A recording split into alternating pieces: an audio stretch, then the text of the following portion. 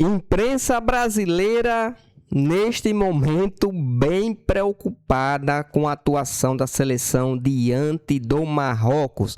Brasil que estreou com tropeço e preocupa bastante, ainda mais depois da atuação do Haiti diante da Escócia. Apesar de ter perdido, amassou a Escócia no jogo. E a Alemanha já começa com tudo, 7-1 no Curaçao.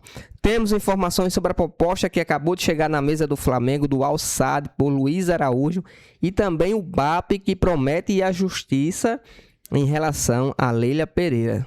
Se é novo por aqui, por favor, não esqueça de deixar aquele like, se inscrever no canal, ajuda demais o meu trabalho. Também puder clicar no botão Hypa Vídeo, aí ajuda mais ainda.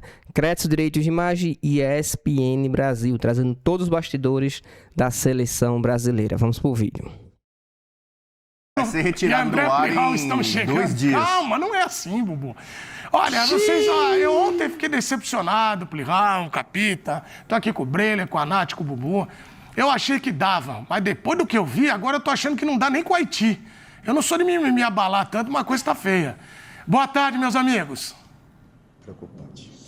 Boa tarde, Edu. Boa tarde, Bubu, Nath. Tem mais alguém por aí, Edu? Breler. Breler Pires, grande Breler. Estamos aqui em Biscayne Bay, mas aqui é a região central de Miami. Eu tenho a impressão que o Rodrigo Bueno está se referindo a Key Biscayne, que não é tão próximo daqui, que é um lugar ainda mais bonito do que aqui. É difícil, essa vista especial que o nosso Sérgio Com providenciou hoje, é difícil de ser batida, como é difícil da seleção de Marrocos ser batida, ainda mais diante de uma seleção com tantas imperfeições quanto a brasileira mostrou ontem. E o nosso Capita, ele, como você, Edu, ele sente o baque. Hoje de manhã eu estava macambuzo no café da manhã, estava triste, chateado, porque mesmo a lógica indicando que o jogo seria por parte da seleção brasileira mais ou menos como foi, a gente sempre fica com a esperança de repente, uma virada de chave, agora é para valer, é Copa do Mundo, exatamente, a coisa se transforme. Definitivamente, Capita, isso não ocorreu. Não aconteceu, Plihal. Frustra a gente, né? Porque a gente gera uma expectativa muito grande com relação à Copa do Mundo. A gente sempre fez observações sobre o processo, né, Plihal? A gente sabe que seria complicado, mudança de treinador, mudança de sistema, mudança de peças também para a estreia.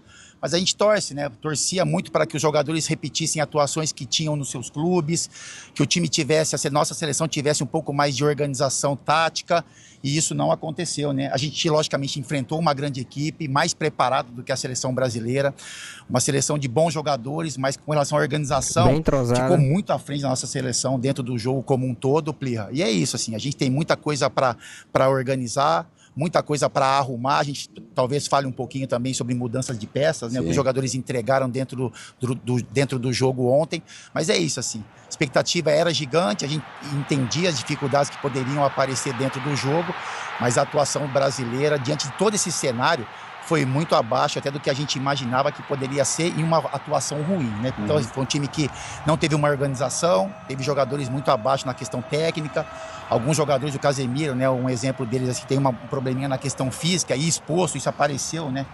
Pra gente ainda mais. O engraçado que o treinamento é um leão, né? O Casemiro ontem ele jogou em muitos momentos quase que sozinho no meio campo, né? Isso por uma opção do Ancelotti também. E isso aí mostrou uma fragilidade física dele. Mas é isso, a gente tem boas observações e muitas observações para o Ancelotti fazer. E a gente torce para que a seleção consiga fazer tudo isso dentro do jogo do Haiti. Eu concordo com o Edu também, né? A gente já cria uma expectativa. A gente imaginava que era um jogo que a gente poderia fazer saldo, testar alguns jogadores. O cenário mudou completamente, né? Agora é um jogo importante, gera uma dúvida do que a gente pode fazer, né? Como time realmente dentro do campo, e enfim, mas é isso. O que decepcionante, mas mais vamos continuar a vulnerabilidade, a facilidade com que o adversário tem para chegar na área do Brasil, no rebote ali, segunda bola também, sempre com possibilidades de finalização, até chutar um pouco, poderiam ter chutado mais no gol do Brasil, ou a total inoperância ofensiva? Chamou a atenção os espaços que o Brasil cedeu para o meio campo de Marrocos. Então, assim, caras que eram muito bons acabaram ficando melhores, né? com relação à atuação. Eu acho que isso se deve muito também aos espaços que foram encontrados dentro da partida. A gente, na questão ofensiva, acabou devendo muito, né? A gente veio com uma formatação inicial que chamou a atenção por conta do Paquetá jogar um pouco mais pela direita, o Rafinha jogar um pouco mais pela esquerda, o Ibáñez também, né, que é um zagueiro de origem, teve alguma função até mais ofensiva do que defensiva, isso acabou mostrando também uma fragilidade, logicamente, né, do Ibáñez com relação a isso, porque ele é um zagueiro. Ele foi muito facilmente batido. Nos duelos, né? Ele foi batido, porque é diferente, Plihá. Eu fui zagueiro a minha vida toda, não é a mesma coisa você ter um enfrentamento com um atacante na sua posição, tem que ter, né, pelo tamanho que ele é como jogador de clube, assim, e o que ele pode oferecer para a seleção, mas agora também é um jogador que já gera uma dúvida com relação ao restante da competição.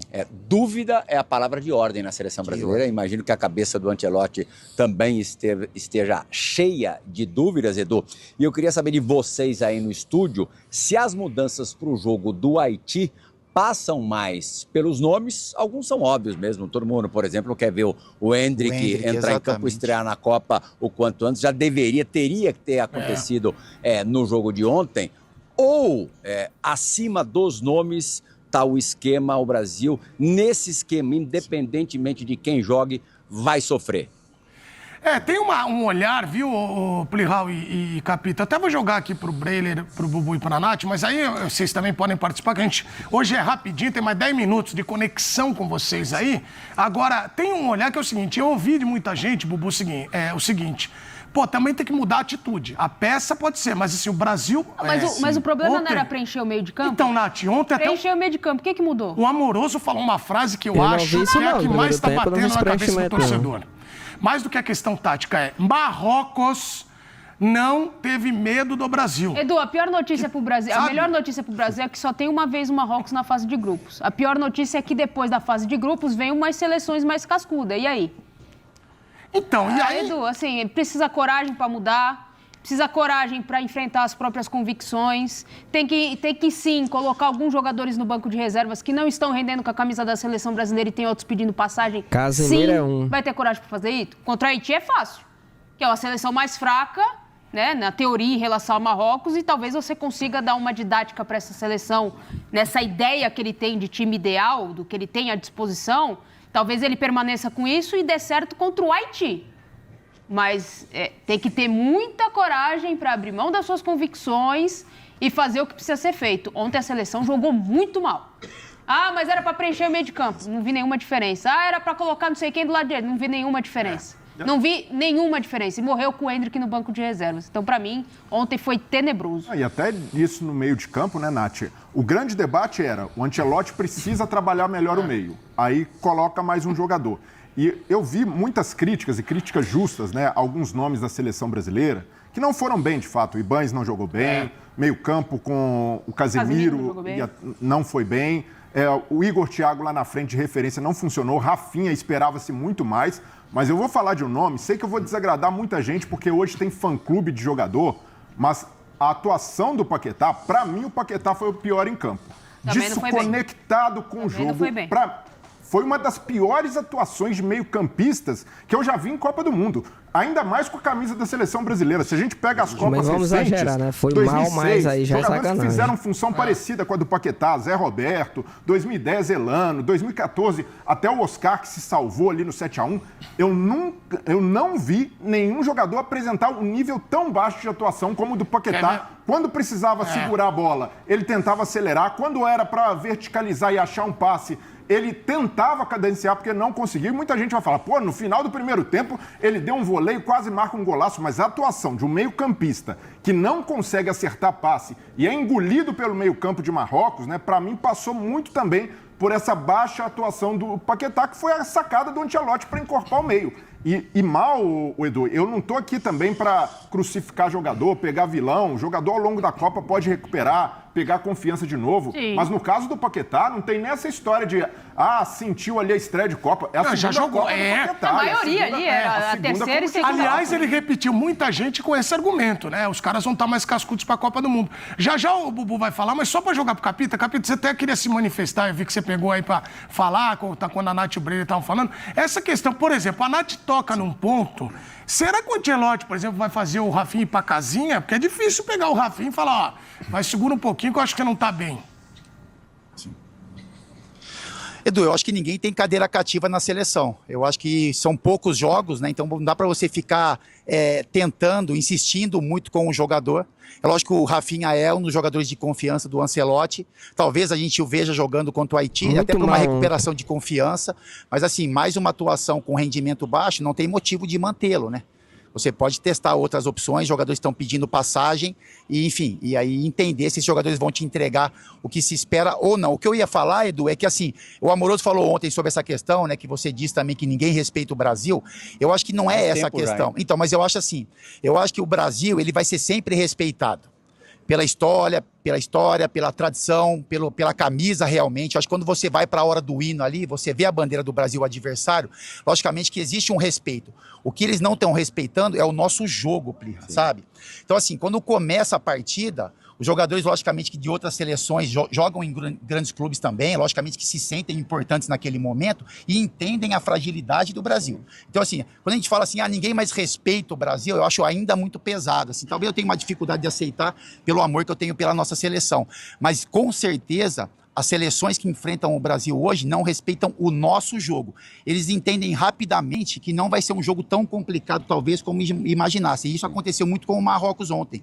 Eles perceberam rápido os espaços que o Brasil dava, as movimentações que o Brasil tinha, os espaços que poderiam ser estabelecidos ali. E aí, a partir disso, é logicamente que o Marrocos tem uma boa seleção, tem uma organização muito melhor do que o Brasil e se sentem mais confortáveis para fazer o jogo ali que é colocado pelo seu treinador. Não, eu acho que também tem uma coisa geracional, essas gerações mais próximas, e a gente vê isso mesmo no convívio com pessoas mais jovens.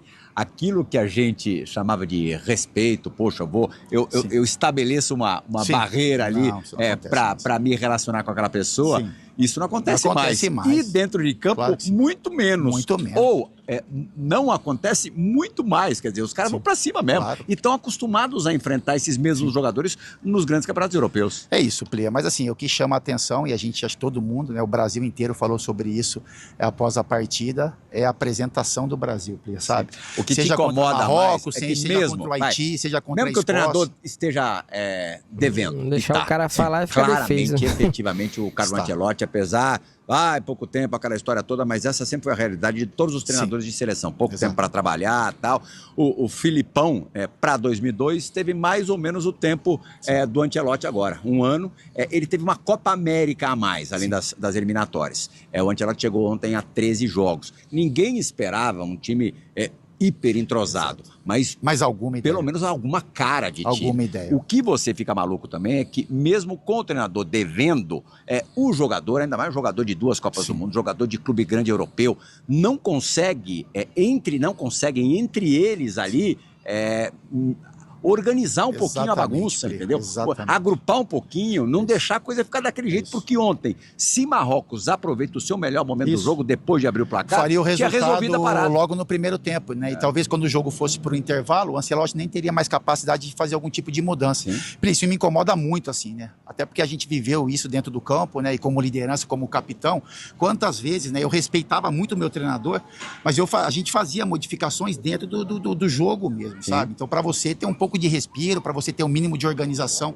Eu, assim, não vi em nenhum momento na transmissão algum jogador se incomodando. Lógico que o jogador corre errado, se movimenta errado. Isso aconteceu principalmente no início do primeiro tempo. Mas eu não percebi nenhum jogador do Brasil se incomodando com um companheiro, tentando fazer uma correção com o companheiro. E é necessário isso em alguns momentos. Por exemplo, se a gente fala da questão do Casemiro. O Casemiro estava muito exposto, o Casemiro está um pouco pesado, o Casemiro tinha muito campo para demarcar dentro do jogo, e ele tem experiência suficiente para pedir pro Bruno, pro Paquetá, rapaziada, fecha aqui um pouquinho, sabe? Vamos ter um pouco mais de equilíbrio, daqui a pouco a gente solta um pouco mais o time. No intervalo, o professor ali, ele tenta organizar novamente, e isso eu sinto falta. Talvez não aconteça hoje em dia, mas assim, eu sinto muita falta porque eu fazia isso dentro dos times que eu trabalhei e, logicamente, pensando sempre em prol da equipe, né? A gente tentar uma melhor organização, e ontem o Brasil sofreu demais. Como você falou, o Brasil poderia ter perdido o jogo realmente no primeiro tempo, caso o Marrocos fizesse 2 gols, 3 gols que poderiam ter acontecido. Ia virar passeio. Ia virar passeio. Então é isso, assim, o Ancelotti tem responsabilidade. Eu acho que é pouco tempo de trabalho, mas assim, o tamanho que ele tem, o currículo que ele tem, a gente poderia ver mais com relação a essa questão coletiva. E esses jogadores que têm um pouco mais de experiência, em algum momento, vão ter que se organizar dentro do campo por conta própria. E isso eu sinto muita falta também, quando a gente vê que está tudo errado e aquilo continua persistindo. Edu. O Carlos Ancelotti não tem não tem responsabilidade, vamos dizer assim, no resultado não, tem muita responsabilidade.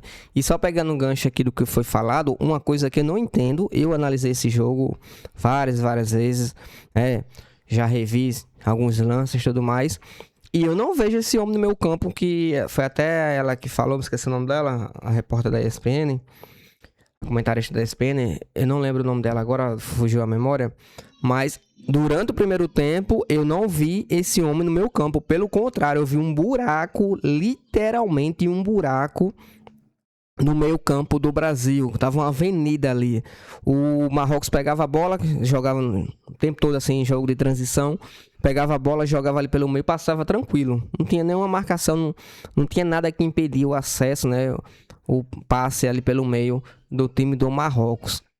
No segundo tempo, ao contrário, preencheram aquele buraco que tinha ali, colocaram o homem a mais, mesmo com a saída do Lucas Paquetá, que eu também concordo que não foi bem, mas também não é para tanto, também não vamos sacrificar. O Alisson, ninguém fala nada, né, daquela falha que ele teve. O Casemiro é outro, que até comentei aqui, que nos treinos é um leão, quer quebrar todo mundo nos treinos, mas no jogo bem mansinho, não faz nada na partida de ontem, foi muito mal, e ninguém fala nada também sobre isso. Vamos ter um pouco também de justiça, né, em relação a isso. E preencheu, o Brasil começou a controlar mais a partida. Você vê que no segundo tempo não teve tanta oportunidade assim por Marrocos, não teve tanta facilidade na infiltração, na penetração, na defesa do Brasil. Depois que preencheu ali aquele meio campo, né, o time ficou mais ajustado, o time estava muito espaçado no primeiro tempo, além do aquele buraco, né, causado pela questão do espaçamento, também a falta desse homem no meio campo fez toda a diferença. E o Marrocos, se forçasse um pouquinho, tivesse jogadores com mais qualidade técnica, poderia ter feito 2, 3 sem nenhum problema ainda no primeiro tempo. O Brasil teve sorte, muita sorte de não ter levado um passeio literalmente no primeiro tempo. Até o Marrocos colocou o Brasil na roda.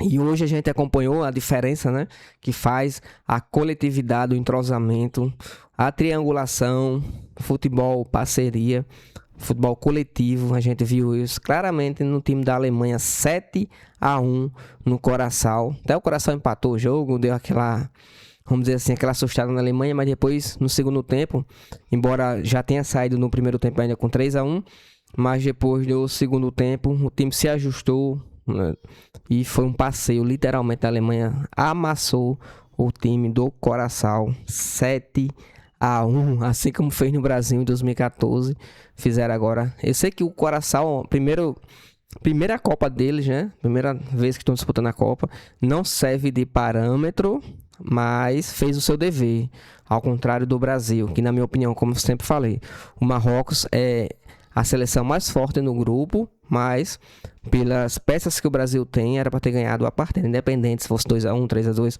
era obrigação do Brasil vencer o Marrocos, e pelo contrário, além de não vencer, ainda decepcionou muito o desempenho da equipe. Mas colocar aqui nos comentários a sua opinião. Vamos passar algumas informações aqui para vocês agora, importante. Primeira, sobre a questão do Luiz Araújo.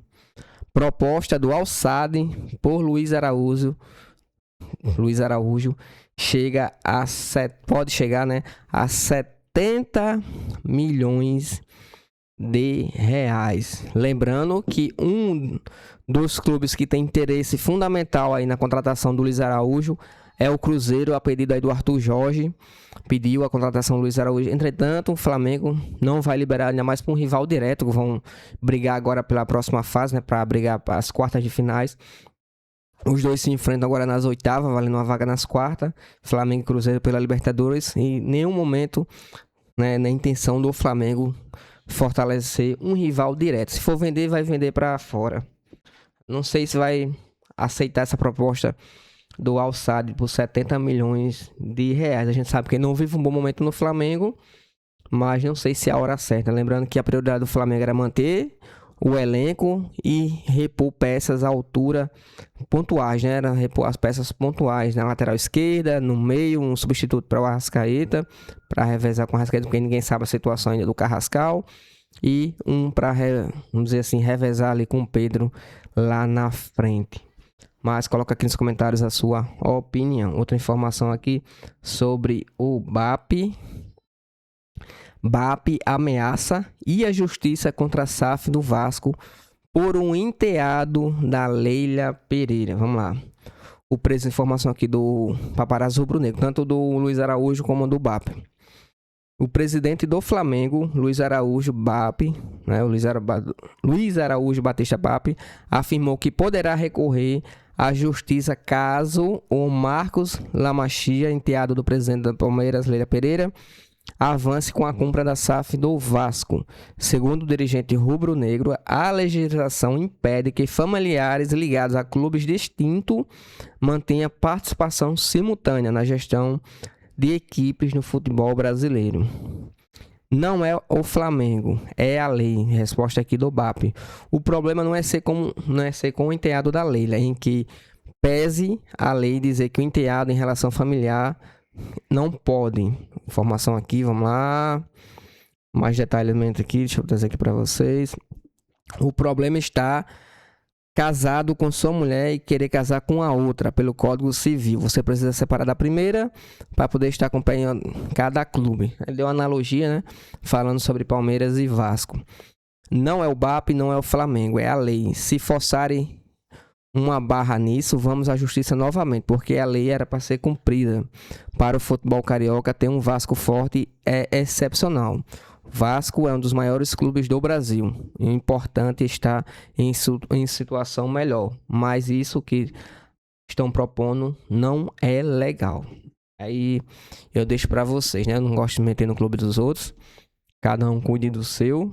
Mas é uma situação complicada aí nos bastidores. A gente sabe, né? Aqui a Leila é vascaína. Apesar que ela dirige o Palmeiras, mas ela é vascaína. Nunca negou sobre isso. Inclusive, ela queria colocar a Crefisa no Vasco. Devo ter aquele embrolho, ela foi pro Palmeiras, né? Mas não vem um caso aqui. Deixa para vocês aí falar sobre isso. Bom? Lembrando, sexta-feira. Deixa eu só conferir aqui. Uma informação aqui importante. O Davi Romero, informação aqui para Paparazzo também. O Davi Romero, cogitado no Flamengo por alguns torcedores, tá passando férias aqui no Rio. Ele tem 23 anos de idade. Joga no Talheres da Argentina. Davi Romero. Eu não conheço o jogador, né? Um pouco assim, só de relance, mas não conheço a qualidade do jogador. Sou meio assim, não adequado para falar sobre suas virtudes. Mas deixa aí no seu comentário, tá bom? Espero que tenham gostado do vídeo. Se puder deixar aquele like e se inscrever no canal, ajuda demais. Créditos, direitos de imagem e ESPN Brasil. Lembrando, sexta-feira, 9h30 da noite, Brasil e Haiti. Valeu.